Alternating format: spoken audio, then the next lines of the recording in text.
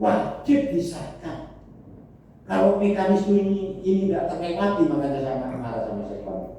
Ini terlewati, kita ini juga termasuk salah satu ingkaran ini. Dan betul, Mas Sekwan, mekanisme tidak dilakukan dengan baik.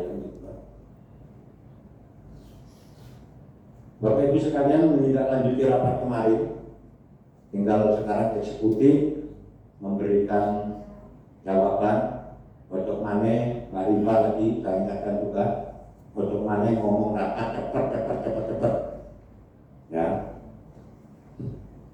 tadi saya dengan Pak Ketua ditelepon Pak Wagu, Pak Ketua itu langsung naik bintang. Tapi saya kasih solusinya. Pak Wagu, karena memang kecelakaan, nanti tak skors dulu Pak Wagu. Kalau acara jenengan dapat penghargaan, jam 2 seperempat tak skors, dan jenengan terima penghargaan dulu. Setelah itu kalau tidak selesai malam, kan solusi terbaik daripada kita ngapusi waktu. Mau kita ini, iya oke lah secara manusia, secara mental kita yang benar. Tapi sering diukur kan tuh awake dhewe, waktu bisa akhir nomor di dan hari alhamdulillah menerima loh. Untungnya sekarang kita monggo kesempatan ini, waktu yang singkat ini, Mas Eda, pertanyaan-pertanyaan teman-teman fraksi dijawab dengan bagus dan mudah-mudahan tidak menjadi pertanyaan lagi yang memuaskan. Karena saya juga mengingatkan Mas Dayanto, Pak Eda, untuk APBD-nya saya minta teman-teman legislatif untuk melihat sebelah prioritas yang diprioritaskan di PAMIPA itu. Nanti breakdownnya bagaimana? Ya, kira-kira linear enggak, Mas Bangga? Itu yang Bangga ya, harus linear betul. Ya.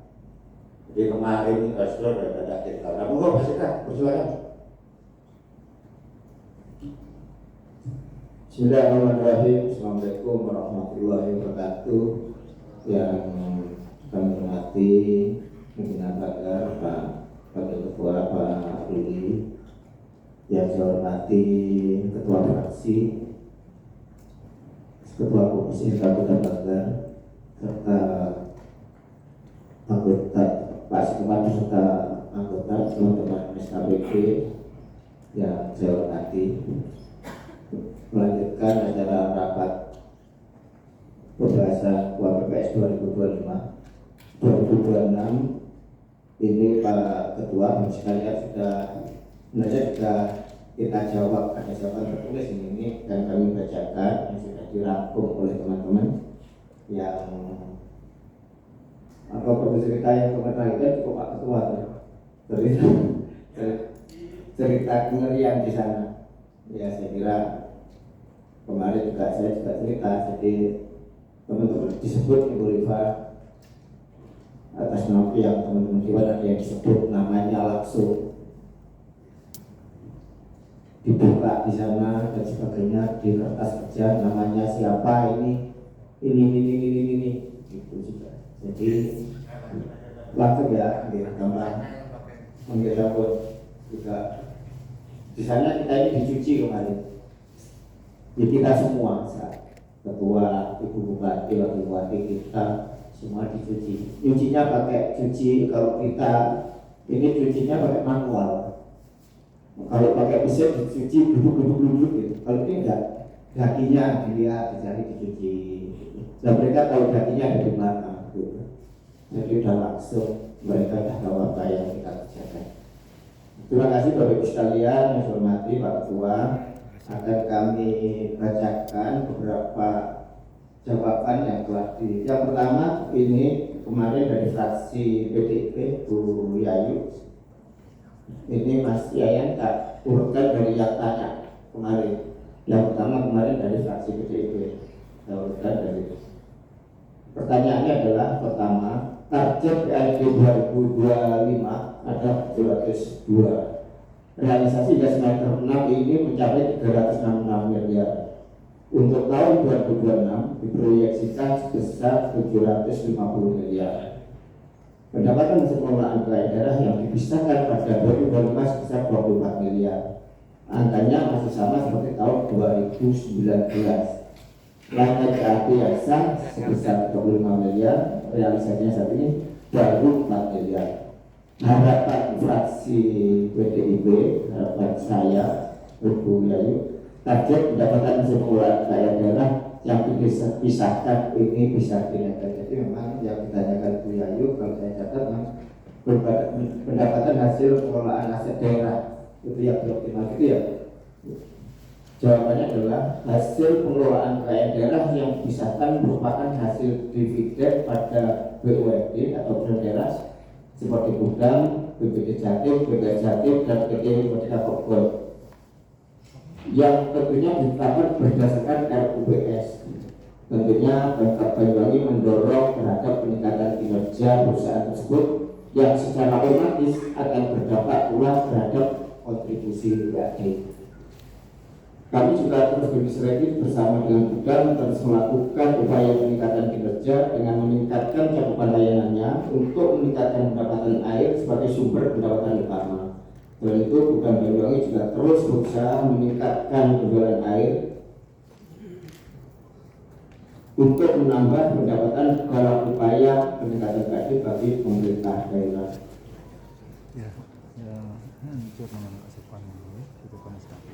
Yang B, yang kedua pertanyaannya, apakah semua program prioritas pembangunan Banyuwangi dapat terrealisasi sepenuhnya? Ini dari kalau saya catat bahwa wilayah kemarin ada 9 yang menjadi tema daripada kita KPK 2026.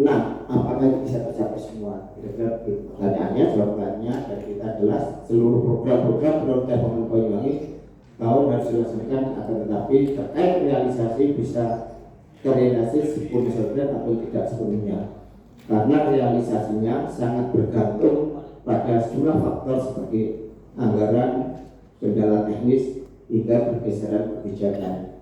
Untuk itu pemerintah Kabupaten Banyuwangi kemungkinan akan lebih fokus pada program dengan dampak langsung seperti penurunan kemiskinan melalui sektor ekonomi, pendidikan, dan kesehatan. Sementara program dengan skala lebih besar atau berjangka panjang bisa diberikan terus. Berikutnya enggak, bahasanya saya tambahkan jawabannya bahwa yang ditanyakan dari 9 tema itu ada 9 prioritas. Kalau sudah dituliskan ya akan kita berusaha bersama-sama kita capai secara maksimal. Saya kira itu yang baik.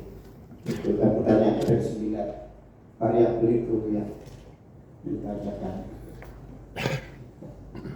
Selanjutnya ya nanti bisa ditambahkan diskusinya Bu Yayu.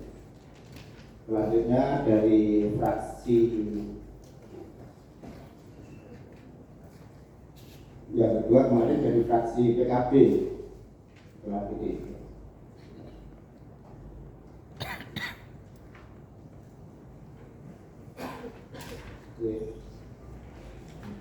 Dari fraksi PKB yang disampaikan oleh ketua fraksi DKRD, yaitu yang pertama, bagaimana transformasi yang saat ini dilakukan di dinas pendidikan untuk menyongsong Indonesia Emas 2045, atau kalau diperpendek kembali menyongsong 9 prioritas yang menjadi program Bupati Kabupaten Banyuwangi. Apakah program ini sejalan dengan peningkatan produksi pangan dan lain sebagainya? Kalau kemarin sebenarnya yang disampaikan Pak Arfi adalah bahwa bagaimana dalam KPPS itu bagaimana mencerminkan kita bagaimana meningkatkan sumber daya manusia sebagai pengukir untuk seluruh kegiatan gitu. Jadi fokusnya di bagaimana meningkatkan sumber daya manusia. Dinas pendidikan itu apa yang benar-benar yang mau dilakukan ini bisa menjadi pengukir terhadap 9 sektor yang akan dikerjakan di KPPS 2025. Arahnya begitu. Nanti mungkin bisa ditambahkan di jawaban ini untuk Pak Kadis yang itu yang rohnya yang diminta oleh Mas Arfi kemarin. Jadi jawabannya adalah tahun 2025-2029 dilakukan penguatan ekosistem, salah satunya pada aspek pendidikan. Transformasi pendidikan yang dilakukan oleh Dinas Pendidikan Kabupaten Banyuwangi dalam menyokong Indonesia Emas 2025 antara lain peningkatan akses dan pemerataan pendidikan seperti contoh beasiswa Banyuwangi Cerdas BPC, Banyuwangi Mengajar, Garda Ampuh, gerakan daerah angkat anak mudah putus sekolah, memberikan dukungan finansial uang saku, transportasi, kos untuk mengurangi angka anak tidak sekolah ATS, pendidikan inklusif, mewajibkan semua sekolah menerima anak berkebutuhan khusus. Juga membina kualitas dan kompetensi, misalnya peningkatan kompetensi guru, digitalisasi pelayanan di sekolah. Selanjutnya menumbuhkan pengembangan holistik dan kesiapan masa depan, yaitu inisiasi kesehatan dan kesehatan mental, mendorong program layanan kesehatan sekolah dan kolaborasi dengan posyandu puskesmas, mengadakan talkshow kesehatan mental untuk Gen Z, mengaktifkan kembali peran guru, bimbingan konseling, psikologi, gus-gus, sekolah asosiasi, jihad ini dan nanti. Juga menumbuhkan pendidikan lingkungan, mempromosikan pendidikan berbasis lingkungan, pengurangan sampah, mitigasi bencana dan lain-lain melalui sekolah asuh sampah, sekolah asuh sungai, atau kalau di pengairan Sekardadu, tagana sekolah dan sebagainya. Selanjutnya pendidikan literasi keuangan, berkolaborasi dengan OJK dan BI untuk memberikan edukasi literasi keuangan kepada ribuan siswa.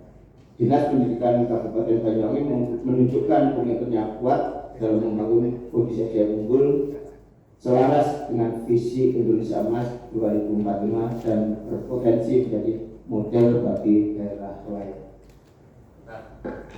Masnya itu dari mana? Siapa nggak tahu rapat ini? Mulai Cik Non teko rapat lama. Lagi komandan tadi sama mengadakan. Ini peringatan Pak Sekwan. Sama ini Sekwan yang paling bertanggung jawab, bukan wakil-wakilnya. Sebagai tuan rumah itu duluan dengan datang. Nah, 3 bulan yang datang. Kita akan sudah berkomitmen kalau untuk lebih baik. Kemarin pelajaran yang berat dari KPK. Semangat ini kalau tidak dengan 5, ya, akhirnya nanti kita tidak akan baik. Orang yang baik dari diri kita sendiri dulu. Dari setelah dengan saya. Hari ini kalau tidak saya bikin apa, tidak mungkin selesai. Karena yang lain tidak ada. Pak Ketua juga sudah tidak. Mohon maaf, kesehatannya sudah kemarin istilahnya kena serang Rusia. Sekarang remuk. Ini semakso malah Sekwan.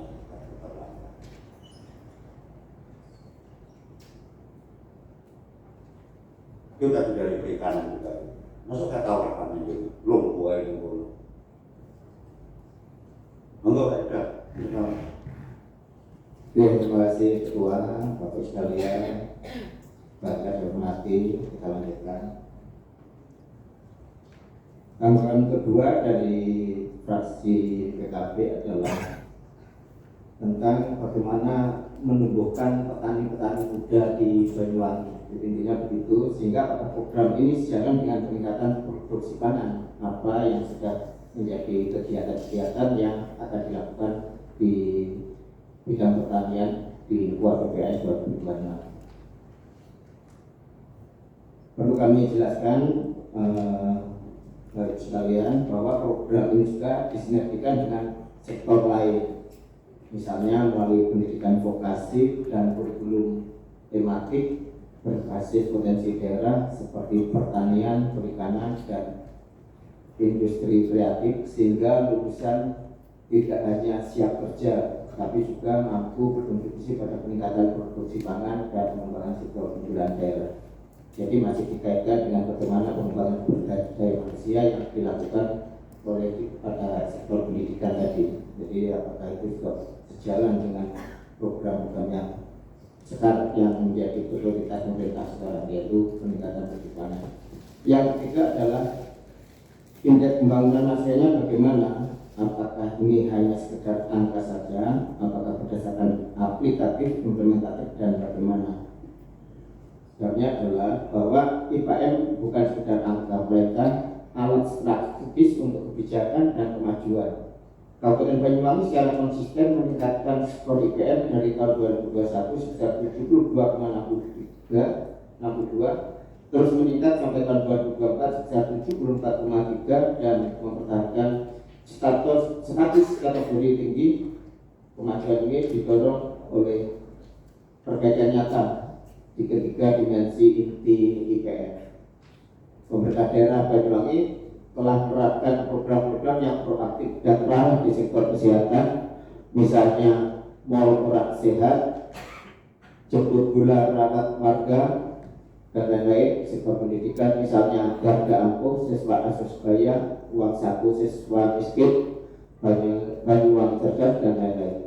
Dan untuk sektor ekonomi misalnya program warung kelas, teman usaha rakyat, ongkir gratis, hari belanja tanggal cantik, dan lain-lain. Ini merupakan bukti nyata dan kekuatan aplikatif dan implementatif IPM dalam membentuk hasil pembangunan yang nyata. Selanjutnya dikaitkan dengan bahwa hari ini harga gabah di petani hanya 8.000 per kilogram, sehingga para produsen, pengusaha penggilingan padi tidak lagi menggiling. Apakah peran Bulog tidak bisa menstabilkan harga? Dapat kami jelaskan bahwa di beberapa rapat dengan Bulog terdapat beberapa keluh kesah Bulog, antara lain peran Bulog hanya sebatas membeli gabah yang nilainya di bawah harga yang telah ditetapkan pemerintah sebesar 6.500 per kilogram. Jadi jika ada gabah yang harganya di bawah 6.500 per kilogram, maka Bulog wajib membeli dengan harga standar pemerintah. Ketika harga sudah lebih dari harga yang ditetapkan, maka itu adalah mekanisme pasar yang menurut Bulog tidak akan bertahan lama. Selanjutnya yang nomor 5 terkait dengan tidak beroperasinya usaha penggiling gabah, bagaimana pemerintah daerah agar ekonomi tetap berjalan. Dapat dijelaskan bahwa pemerintah daerah akan melakukan koordinasi antar stakeholder dan akan mendorong segmentasi pasar beras sesuai kualitas hingga produksi dapat dijual pada segmen premium untuk menutupi selisih biaya. Sementara beras medium tetap tersedia di bawah HED, harga eceran tertinggi. Pendekatan ini menjaga penggilingan tetap beroperasi, petani tetap terserap, dan harga beras bagi masyarakat tetap terjangkau.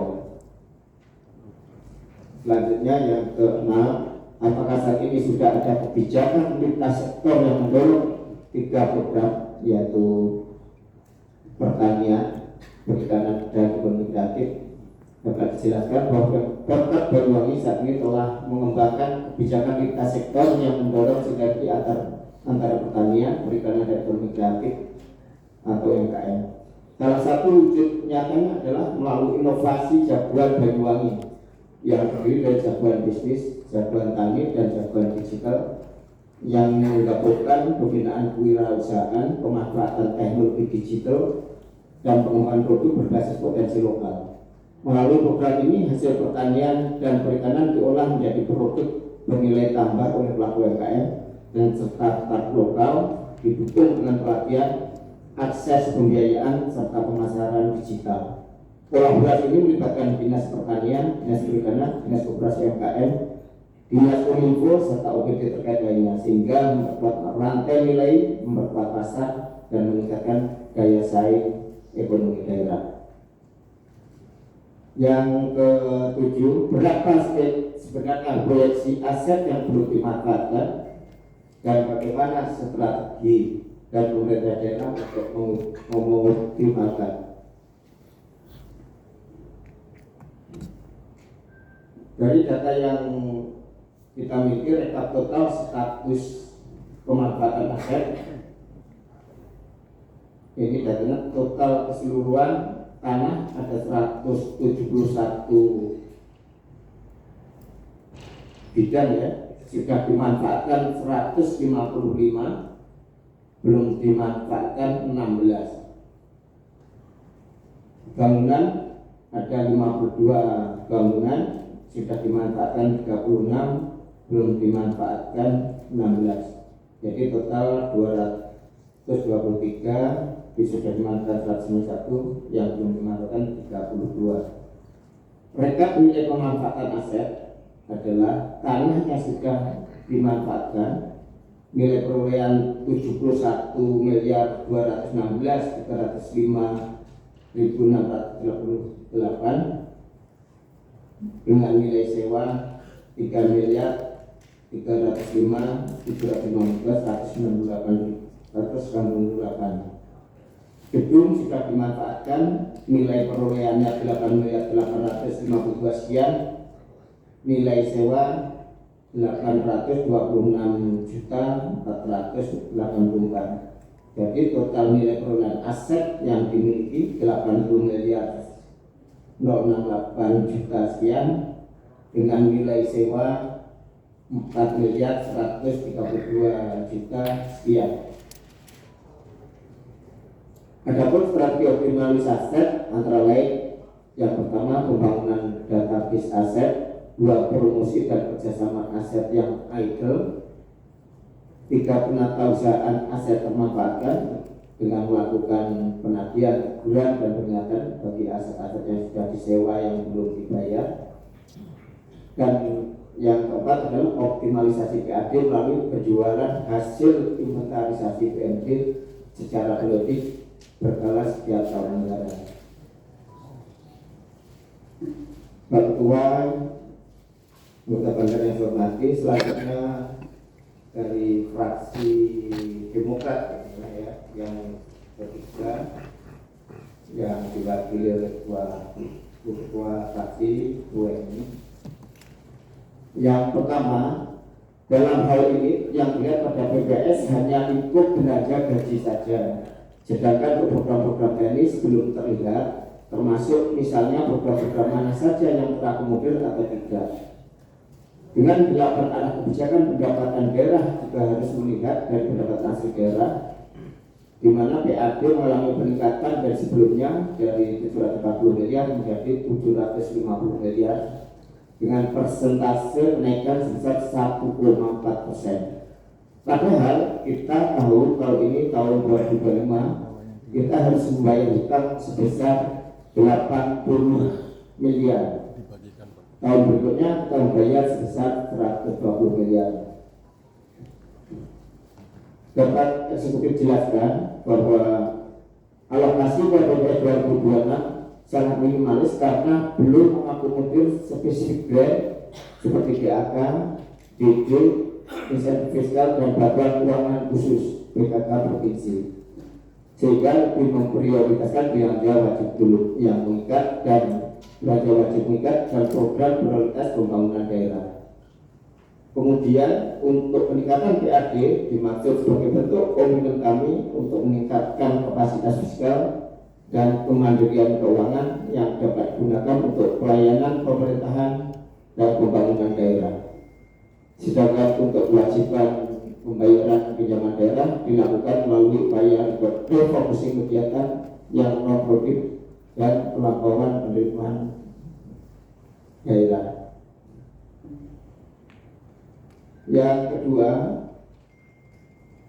yang disampaikan Bu Ketua Fraksi adalah bagaimana dengan aset-aset kita. Jadi 3 dari fraksi pertama memang fokus pada aset Pak Ketua yang disampaikan. Bagaimana dengan aset-aset kita? Di situ ada banyak aset yang terbengkelai. Contohnya ada Hotel Sahid. Seperti apa sih Hotel Sahid? Sekarang ini tidak tahu kita ini berapa PAD dari Hotel Sahid. Dapat kami jelaskan bahwa kami berupaya melakukan optimalisasi terhadap seluruh aset daerah dengan harapan dapat memberikan kontribusi terhadap PAD. Demikian pula terhadap Hotel Sahid yang mengalami penutupan pasca COVID-19 yang tentunya perlu dilakukan perbaikan dan pemanfaatannya melalui kerjasama dengan pihak swasta maupun kerjasama pemerintah dan badan usaha atau KPBU. Yang ketiga, potensi lain seperti lahan yang diminta itu banyak sekali. Mohon kita gali lagi, penyumbang APBD kita untuk pertumbuhan ekonomi Bayu sangat kecil. Artinya APBD kita belum didesain maksimal untuk menumbuhkan ekonomi masyarakat. Dapat kami jelaskan, kami senantiasa melakukan upaya pemanfaatan lahan yang berpotensi meningkatkan PAD dan pertumbuhan ekonomi, termasuk yang dimuncar dengan tetap memperhatikan keberpihakan pada masyarakat kecil. Yang keempat, yang menjadi patokan dari ketua fraksi Demokrat, bagaimana mengentaskan kemiskinan dan bagaimana dengan pengaturan terbuka. Dapat kami jelaskan,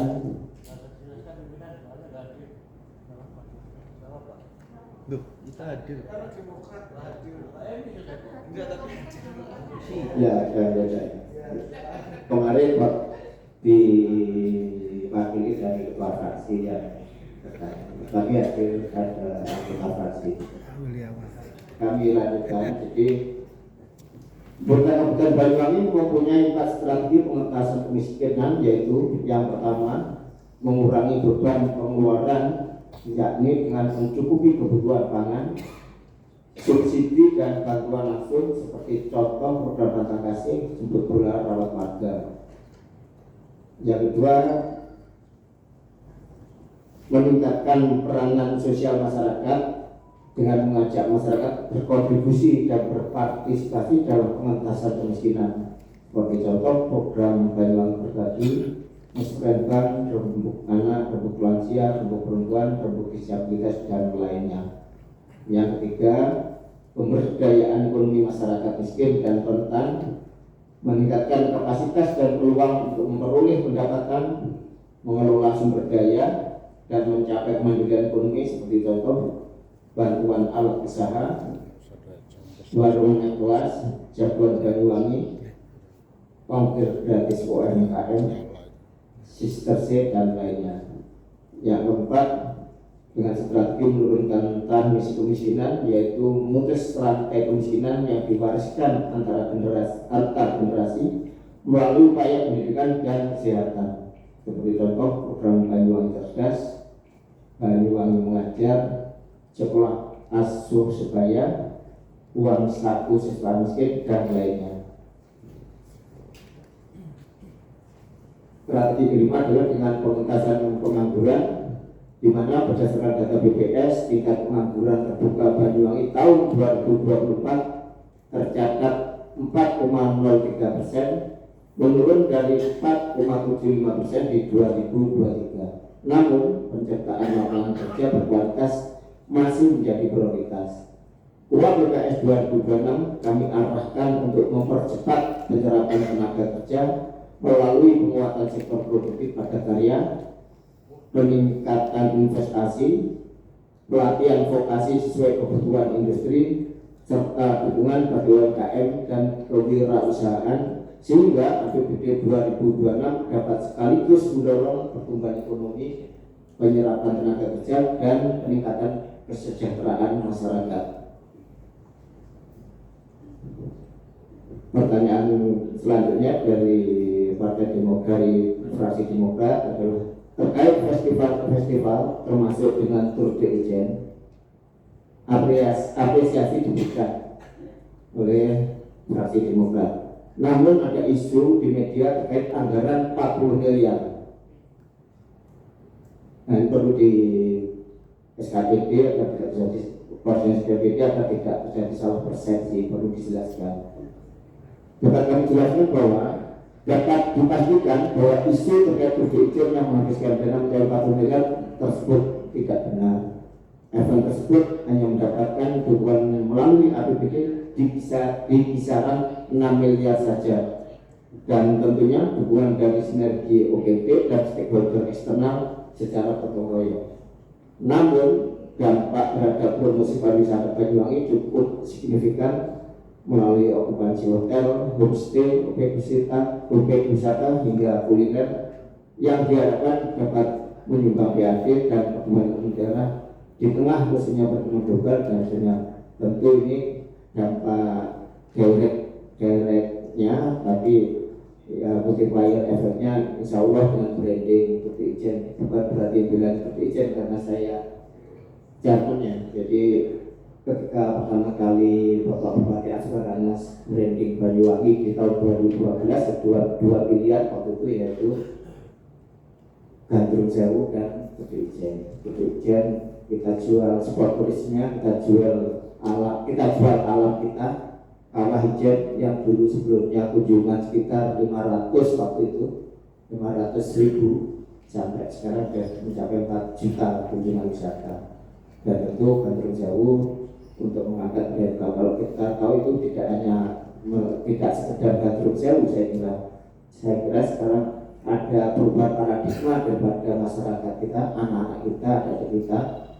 Sejak ada Gandrung Sewu, kalau anak-anak dulu suruh menari itu malu, kalau sekarang insya Allah anak-anak sekolah semuanya akan bangga bisa menari dengan Gandrung. Itu salah satu benefit yang bisa kita dapatkan daripada paradigma yang baru dari anak-anak kita.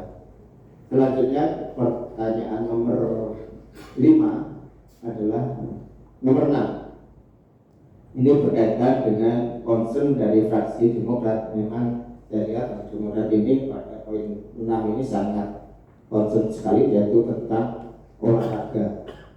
Disampaikan bahwa prestasi kita turun dari 10 besar ke 12 besar, bahkan 15 besar. PSSI Probolinggo pembinaan saja 360 juta, sedangkan di Banyuwangi hanya 36 juta. Ya ini bahasanya ini miris kan, miris makanya ya kita kok kemarin sebenarnya kok berbanding dari 10 360 kita 36. Yang pertama itu, yang kedua relat kokoh apakah bisa dipakai tahun ini ketika ada kekurangan pembinaan olahraga, dari mana sumber dananya, sedangkan bagaimana juga CSR-nya apakah bisa diarahkan kepada pembinaan olahraga. Intinya seperti itu. Dapat kami jelaskan bahwa PSSI Probolinggo mendapat 360 juta, sedangkan banyak mendapatkan 36 juta. Untuk dana hibah di KONI dibagi kepada cabur berdasarkan 3 hal. Jadi ini cabur ini kan ini merupakan kebijakan dari KONI sebenarnya. Ya, jadi kebijakan dari KONI yang tentu ya tetap kita dari eksekutif ikut memberikan arahan, tapi kebijakan ini dari KONI. Yang pertama adalah jumlah prestasi. Jumlah prestasi tahun sebelumnya, waktu sebelumnya, yaitu jumlah prestasi atau medali setiap cabur dengan nilai asumsi 70%. Jadi dibagi itu berdasarkan asumsi itu. Yang kedua, jumlah kegiatan dalam 1 tahun, asumsinya 20%, dan jumlah klub nilainya 10%. Sehingga dari 3 variabel itu KONI membagi terhadap untuk pembinaan olahraganya masing-masing cabur, yang ketemunya mungkin PSSI PSSI dapat 36. Ya alhamdulillah sekarang PSSI dipegang oleh Bapak Ketua Pak Indal. Tentu masyarakat Banyuwangi berharap besar terhadap beliau. Kalau yang kemarin disampaikan pegang cabur itu ya pasti harus. Jadi seperti dari yang disampaikan oleh Mas Vito. Nah itu kalau bukan bagian olahraga ya pasti berdarah. Sekarang pegang apa? Pegangan ya, taruh belajar MMA. Memang taruh memang. Nah, ya memang kalau pegang cabur itu ya pasti lombok itu pasti. Ya memang kita harapkan sebagai masyarakat, ketua cabur ya, pengurus cabur, ketua cabur, filosofinya adalah dia yang bisa mengikuti cabur, bukan orang mencari makan di cabur. Itu kalau mau olahraga itu bergerak. Ya tentu menghidupi itu dengan berbagai cara.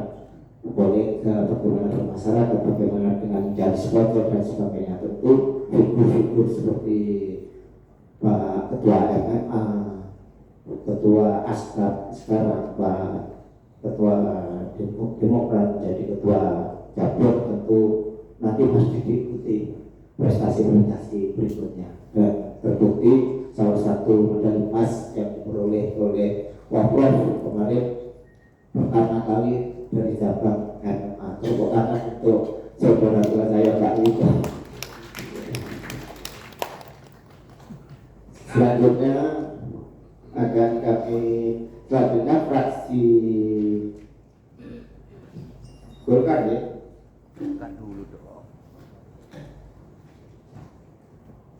Bentar ya, boleh Pak.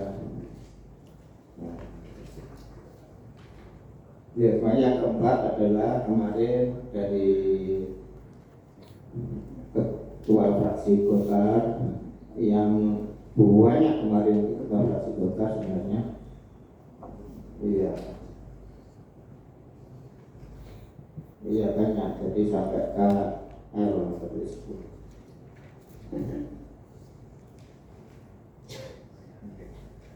Iya banyak dan ada juga banyak. Yang pertama dari fraksi Golkar, apa yang menjadi dasar penyusunan KPPS Kabupaten Banyuwangi tahun 2026? Ya. Jadi dapat kami jelaskan pertama, kan kemarin apa dasarnya? Bu Ketua Fraksi kemarin lihat angka itu kok jauh gitu kan, maksudnya begitu. Jadi penyusunan KPPS 2026 merujuk pada dokumen RKPD Kabupaten Banyuwangi tahun 2026 yang tentunya dokumen tersebut juga merujuk pada RPJMD Kabupaten Banyuwangi 2025-2029 yang saat ini masih proses penetapan yang berencana akan disahkan melalui Perda paling lambat tanggal 20 Agustus 2025. Jadi mendadak nanti kita bahkan Mas Jayanto Bu Rifa kemarin itu kita kan masih 1,8 karena pendapatannya penerimaan yang dari itu masih itu sehingga yang dianggarkan hanya untuk kebutuhan wajib saja. Terus apa dasarnya itu kalau tidak salah itu maksudnya nanti mesti kita lihat. Yang kedua, bagaimana KPPS 2026 dapat selaras dengan visi dan misi kepala daerah. Dapat dijelaskan KPPS 2026 Kabupaten Banyuwangi selaras dengan visi dan misi kepala daerah karena disusun berdasarkan RPJMD 2025-2029 yang merupakan penjabaran langsung visi misi tersebut. Penjelasan dilakukan melalui penetapan tema dan prioritas pembangunan tahunan dalam RKPD 2026. Pemilihan program dan kegiatan yang mendukung sasaran strategis serta penggunaan indikator kinerja yang sama dengan RPJMD. Arahan Bupati dalam nota pengantar juga memastikan seluruh kebijakan anggaran, belanja, dan pembiayaan difokuskan untuk mencapai target visi-misi secara bertahap.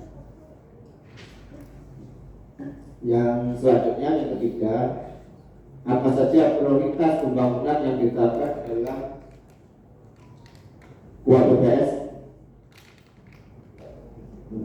Apa saja prioritas pembangunan yang ditetapkan dalam KUA karena harus sesuai dengan PPS-nya.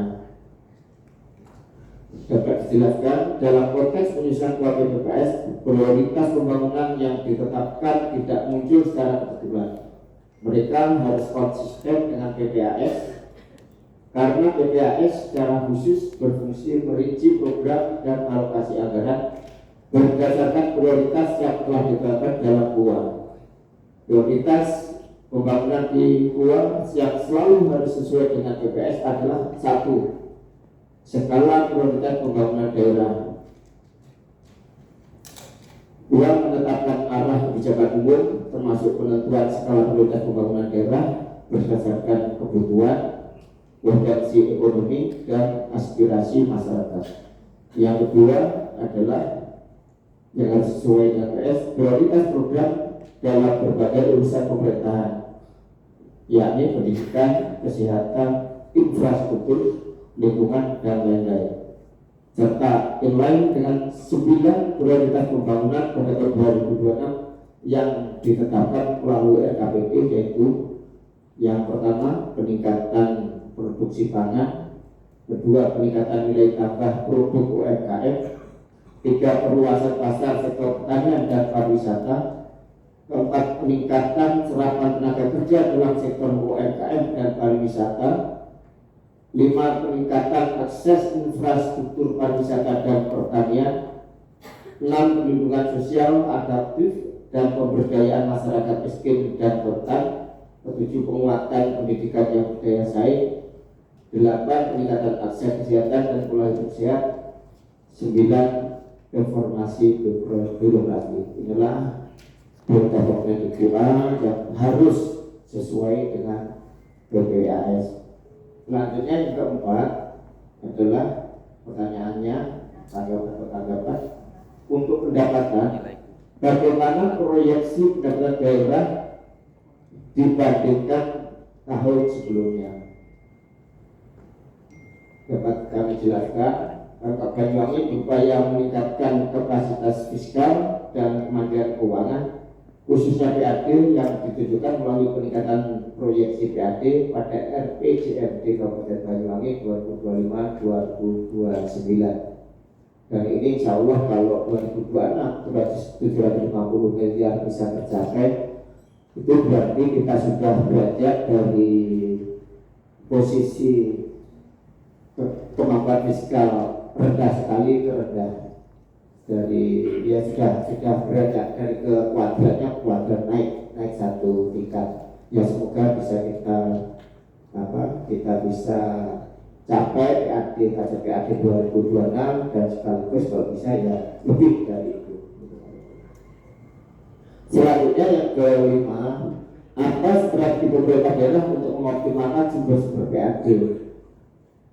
Ini dapat kami jelaskan dari Bapeda bahwa yang pertama menambah objek layanan retribusi baru. Objek layanan retribusi baru.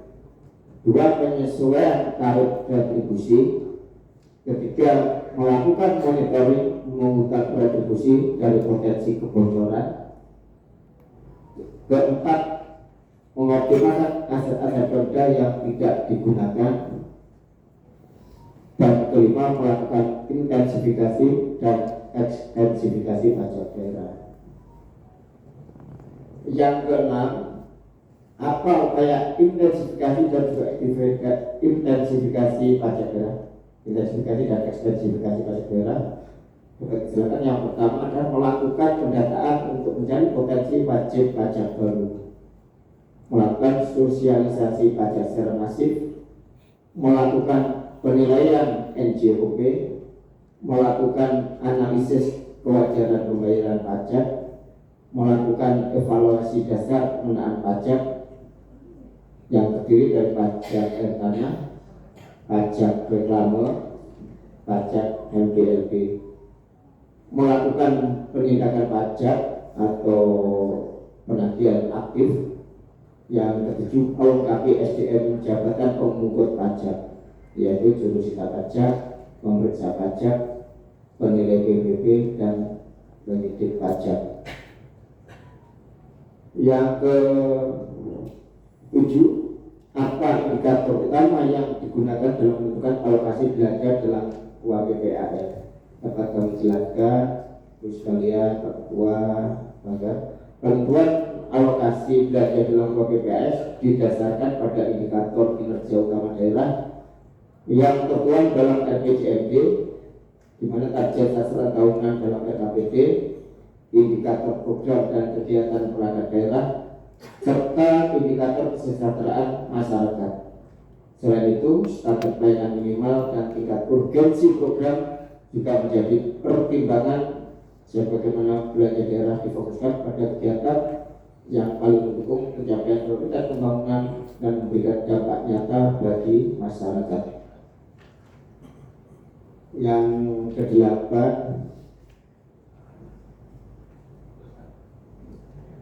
bagaimana kebijakan belanja daerah diarahkan untuk mendorong pertumbuhan yang tinggi, sementara kapasitas fiskal daerah turun 1 triliun.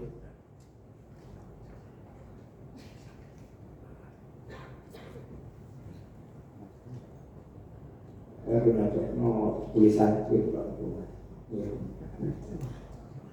Jadi dapat kami jelaskan, kebijakan belanja daerah di tengah keterbatasan kapasitas fiskal antara lain yaitu melalui refocusing program dan kegiatan yang berdampak langsung terhadap pertumbuhan ekonomi, misalnya sinergitas sumber dana DAK, dana desa maupun dana APBD.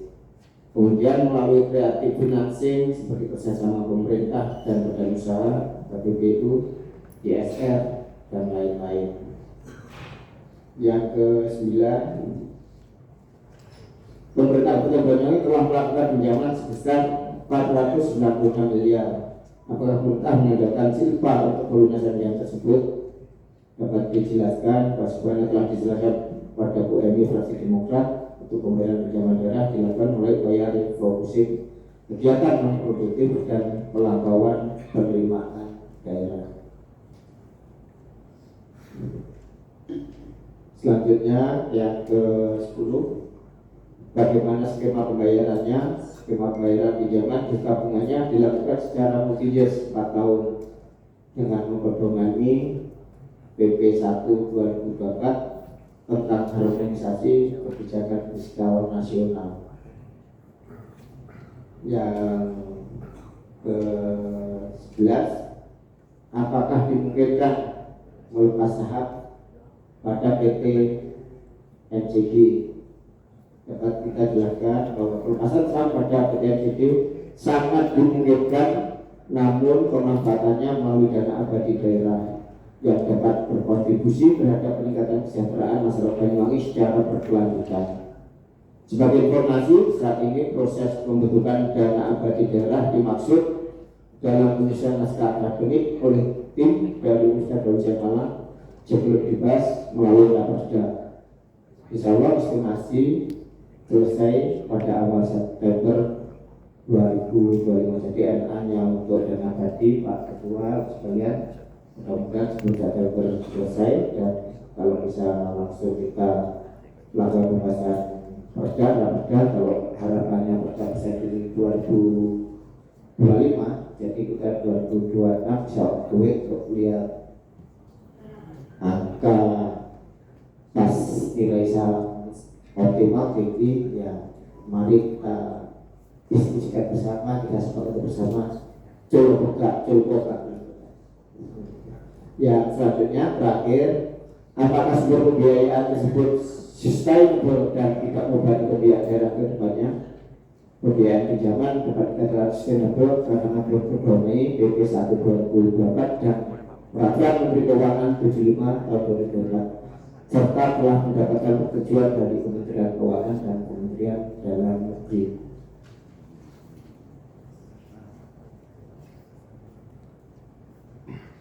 Bapak Ketua, Bapak sekalian yang hormati,